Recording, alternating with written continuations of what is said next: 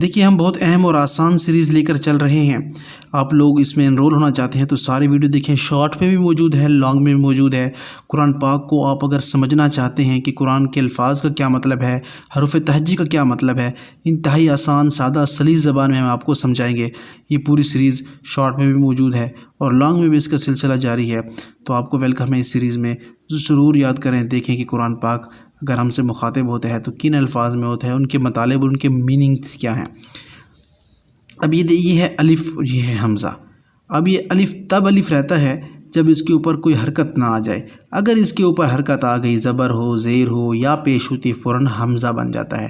اب اس لیے اس کو الف اور حمزہ دونوں کو سیم پڑھا جاتا ہے, لیکن جب زبر زیر پیش آ جائے تو یہ حمزہ بن جاتا ہے, الف نہیں رہتا. اس کا مطلب ہے کیا. اب مطلب بھی اس کا آپ دیکھ لیں, پہلی دفعہ آپ کے سامنے ہے کہ حمزہ کا مطلب ہے کیا. با ہے, با آپ نے کافی دیکھا ہوگا قرآن مجید میں, الف با تا سا, وہ بھی آپ نے سنا ہوگا.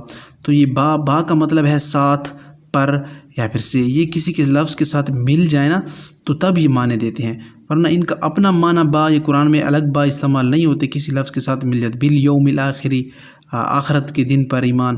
یا آپ دیکھیں کہ بالغیبی, غیب پر.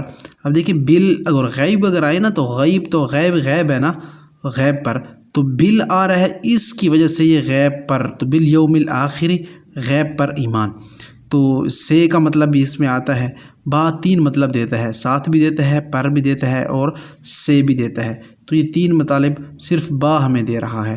حمزہ کا مطلب کیا آ رہا ہے, الف کا مطلب بھی کیا آ رہا ہے, اور با یہ ہمیں تین مطلب دے رہا ہے. اس بات کو بھی آپ ذہن میں رکھیں.